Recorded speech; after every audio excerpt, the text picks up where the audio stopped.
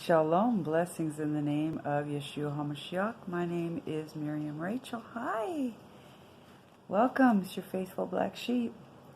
Okay, I am bound and determined to get through these tablets of Enki so we can move on. I have lots of other new books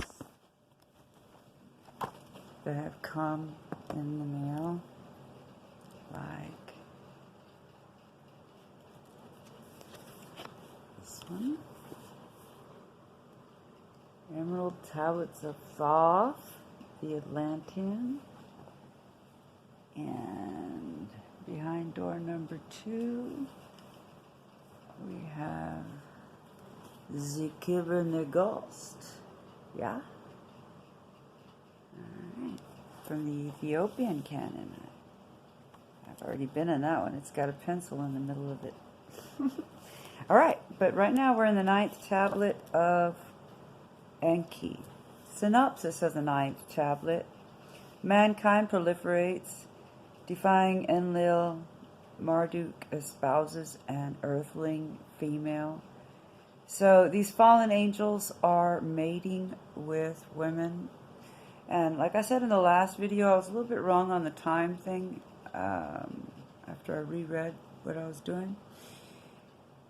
Is that, yes, they were miscegenation. They were using miscegenation and they were using Sasquatch to create what they call earthlings. And Yahuwah looked down and he created us, perfect in one day. And we read from the last video how every time something was wrong, either they couldn't talk or they couldn't walk, or, just disgusting, the creatures that they were creating. Some had legs of other creatures, some had like a head of a fish and a tail of a goat, and Enki, this is him, the snake god. He's the one that did all that creating. So he's the one that did he's the one responsible for it.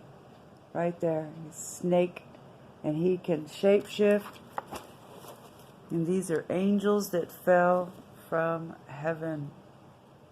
Right? Hopefully that won't fall. So let's get into the 9th tablet. We have celestial disturbances and climate changes affecting Mars. The Igigi, those are listen, the Igigi descend to Earth, seize earthling females as wives.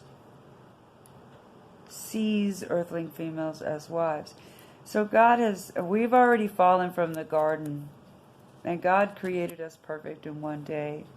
And like I said in the last video, once Enki saw us created perfect, he went full on and gave his full attention to the women that God had created.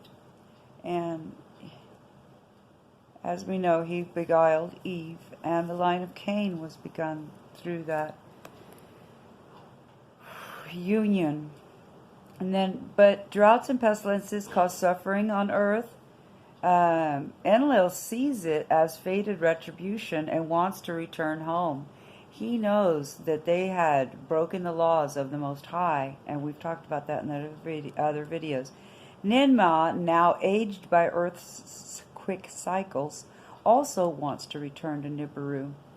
A mystery emissary warns them not to defy their destiny. Now, who is this mystery emissary? We will find it to be Jesus, Messiah of the world. They say it themselves, the creator of all, in disguise. Okay, so signs continue to increase of a coming calamitous deluge. Most Anunnaki begin to depart back to Nibiru. Off they go. Enlil enforces a plan to let mankind perish.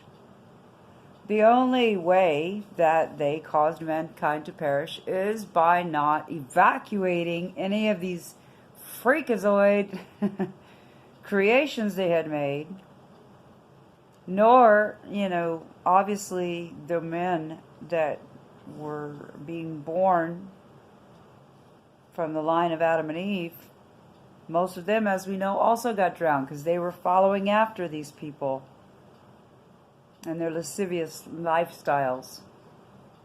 The remaining Anunnaki prepare for the day of deluge.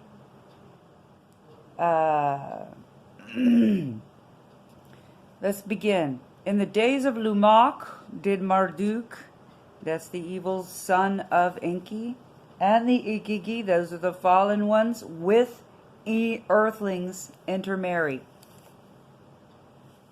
In those days on earth, the hardships were increasing. In those days on Mars, with dryness and dust, the planet was enveloped. What conditions on Earth and on Mars were altering, they wondered. On the sun, they wondered. Like, they never know what's going on. Like, Yahuwah is always in charge. We're already in the ninth tablet, and through every tablet, Yahuwah has been in charge, and they've been guessing. From the sun coming up in the morning to to trying to create a new creature, they are guessing. In those days on Mars,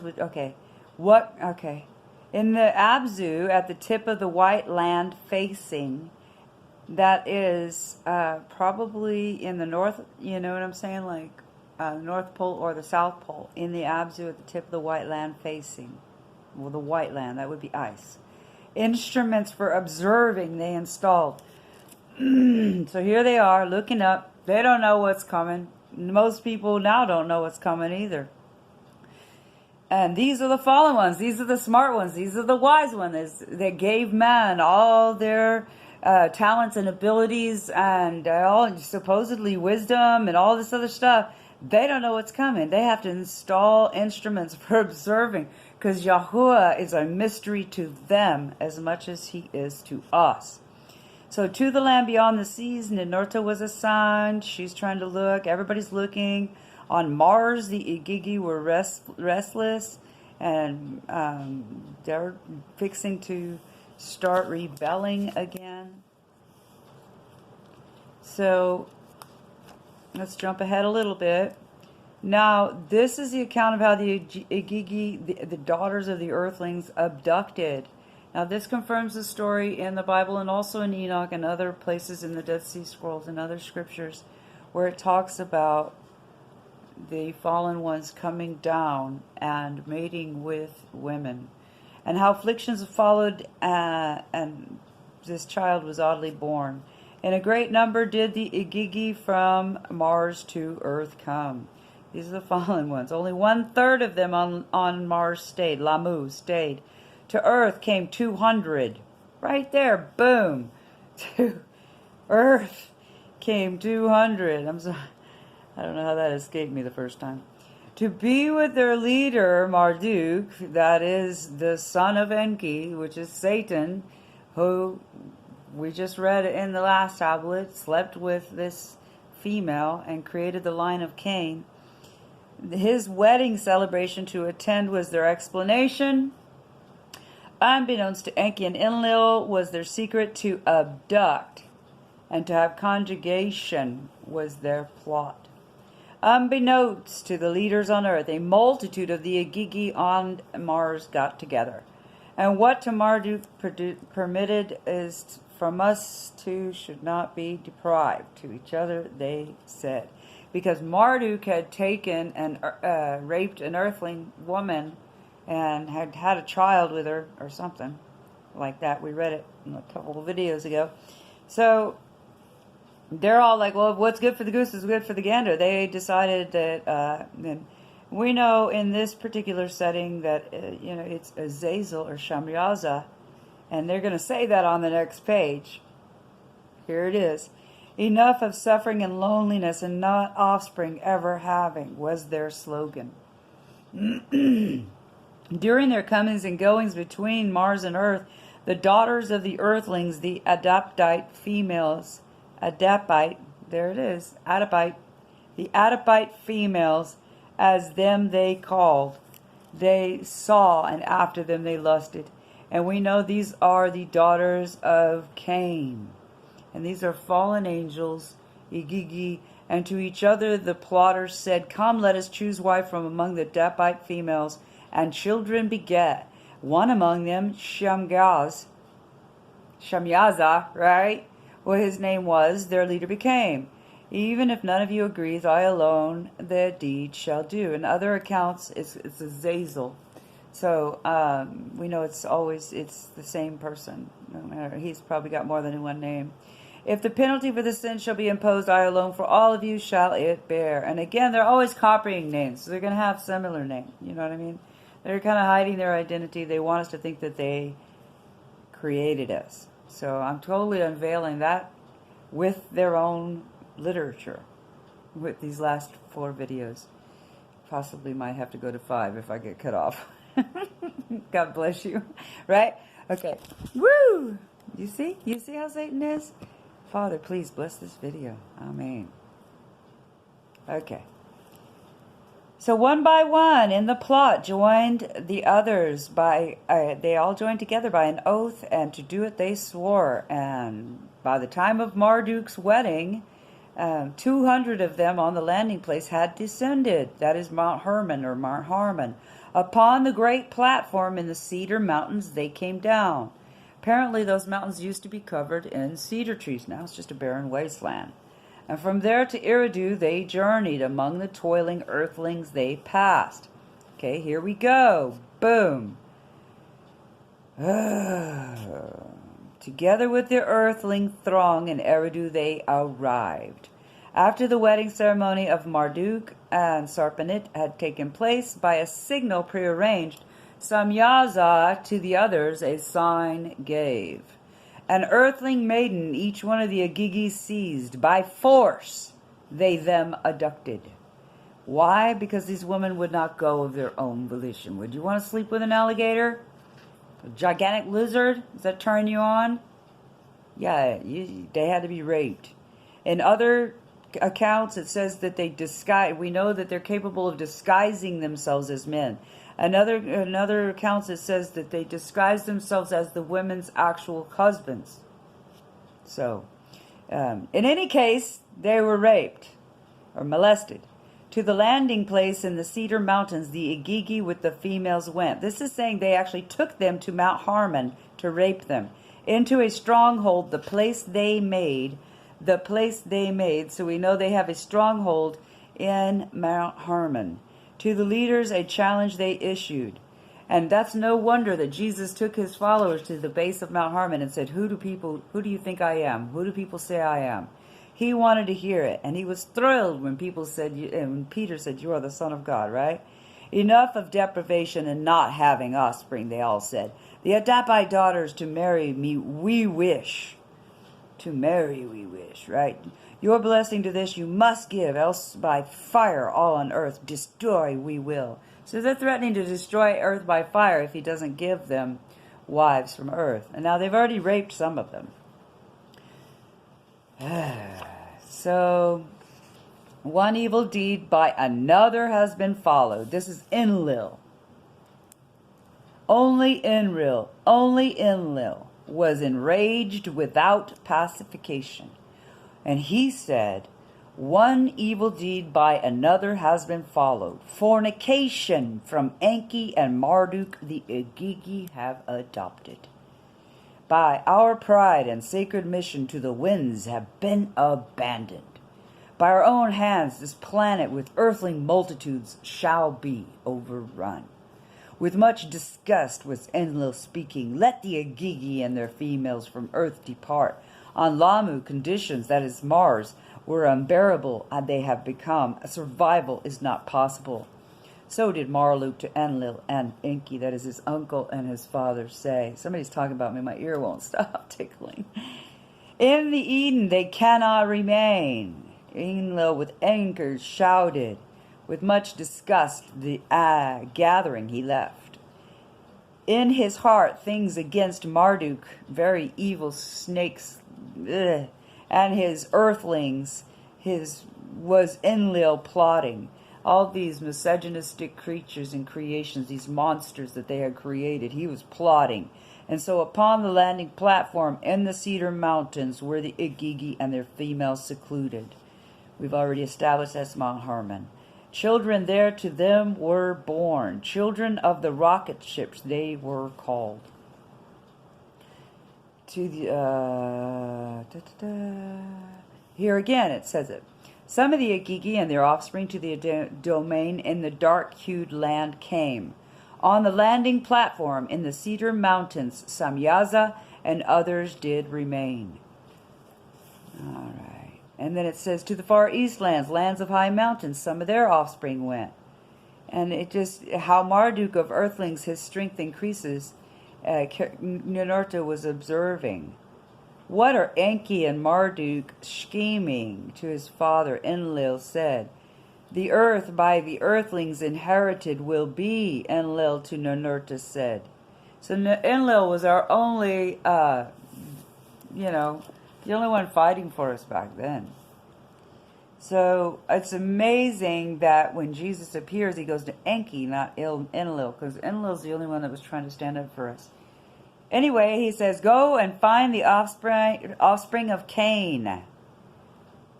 And to the other side of earth, Ninurta went, the offspring of Cain he found.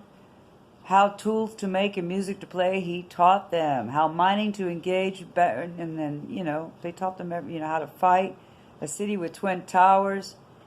The mountain land of the new bond, heaven, earth, it was not. It was a domain beyond the seas. So I guess they were pretty happy there. In the Eden, Lumak was the workmaster. Quotas to enforce was his duty. The earthlings' rations to reduce was his task. So first they created these, and then they didn't even want to take care of them. The earthlings' rations to reduce was his task.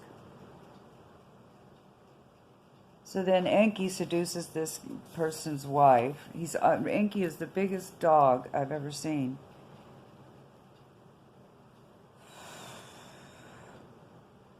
In his days, the sufferings on earth intensified. Plagues and starvations the earth afflicted.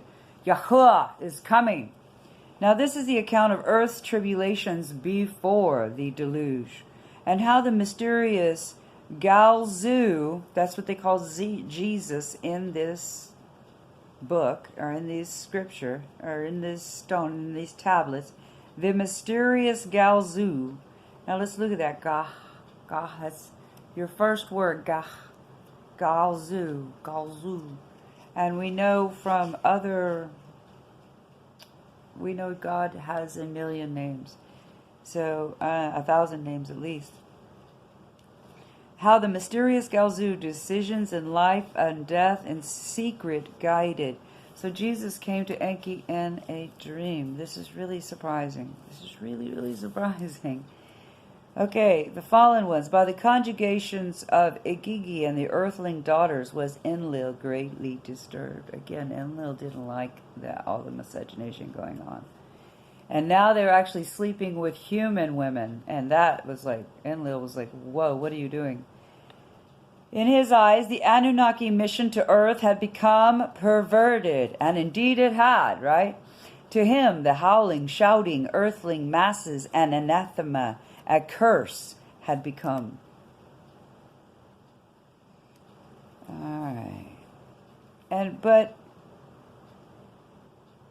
still, you've got these kind ones, like Ziusudra. She wanted to teach, let us the earthlings curing to teach, how themselves to remedy to learn, like that's Nimma. And they just flat out, every time a woman says something smart or something wise or something helpful to humanity, they shut them down or they kill them or they murder them, or you just don't ever hear them again. And like, they get one page, that's it, that's all they get. They're assassinated in the next paragraph. So these are very vicious race, and if you show any weakness whatsoever, you get killed for it. And so the earth shut its womb and vegetation did not sprout. This almost sounds like Revelation. And then she continues, let us the earthlings pond and canal building teach. Let them from the seas fish and sustenance obtain. And then they're like, this by decree I forbid. Let the earthlings by hunger and pestilence perish. For one shar the earthlings ate the grasses of the fields. For the second shar, the third shar, the vengeance of Enlil they suffered. This is horrible. The suffering unbearable was becoming. To Eridu, Zirasudra of the earthlings, the spokesman journeyed. That's the one that wanted to teach us how to garden and how to build, canals and, how to build how to take care of ourselves. To the house of the Lord Enki, he made his way by the name of his Lord he called. Okay, so it just sounded like a woman's name, but that's a man. But it's still a reptilian. For help and salvation to him he pleaded. Enki by Enlil's decrees was bound. Hold on, I'm slipping and sliding. Whatnot. Okay. In those days, the Anunnaki, for their own surviving only, were concerned. Their own rations were diminished by Earth's changes. Not by anything they did, but by Earth's changes. Yahuwah had it with them and all their creations. And the fact that mankind fell for their devices and came down from his holy mountain and got sucked in with the children of Cain, right? They themselves afflicted became. So much for being gods, right? They themselves afflicted became. On earth as on Mars, the seasons their regularity lost. For one shar, for two shars, from Nibiru, the heavenly circuits were studied. So here they are, just like we are, with their telescopes looking into the skies, saying, what is going on? Please, God, tell us. Oddities in the planetary destinies from Nibiru were observed. On the sun's face, black spots were appearing. From its face, flames shot up. Other planets were losing and misbehaving. Its host, its footings lost. Dizzying were their circuits. The hammered bracelet, the Milky Way, was by unseen net forces pulled and pushed. For reasons unfathomed, the sun, its family, was upsetting. The no sun simulator in the tablets of Enki, anybody? The sun, its family, was upsetting. The destinies of the celestials by unsavory fates were overtaken. On Nibiru, alarms were raised. People were gathered together. Okay, Yahuwah, right? We know him as Yahuwah, but they call him in the tablets of Enki the creator of all. To primordial days, the heavens is returning. To the creator of all, this is what they announced on Nibiru. The creator of all, to primordial days, the heavens is returning. Angry is the creator of all. Voices from amongst the people shouted. On earth the tribulations were increasing. Fear and famine their heads reared. For 3 shars, for 4 shars, the instruments, the white land, that is the frozen land, facing were observed. And all of our scripture says to watch the north. Well, for them it came from the south. By Nergal and Ishkigol, odd rumblings in the white land snows were recorded. And we know as these ice sheets melt, it is a terrible sound. The snow ice that the white land covers to sliding has taken. So did they from Abzu's tip report. So they're either at the north or the south. In the land beyond the seas, Ninurta in his haven, foretelling instruments established. There were quakes and jitters at the earth's bottom with the instruments he noticed. This is Nibiru, and odd matter is at foot. So did Enlil to Anu on Nibiru words of alarm send. For the 5th shar, for the 6th shar, the phenomena gained strength. Now we know time on earth goes a lot faster. They said a day on Nibiru is like a month on earth. Or is it the other way around? Anyway. Again, the alarms on Nibiru went off. Of calamities, forewarnings they gave. The next time Nibiru, the sun shall be nearing. Earth to Nibiru's net force exposed shall be. And then Mars and its circuits on the sun's other side shall station take. From the net force of Nibiru, earth and the heavens protection shall not have. All the other planets and it agitated shall be. Mars shall also shake and wobble.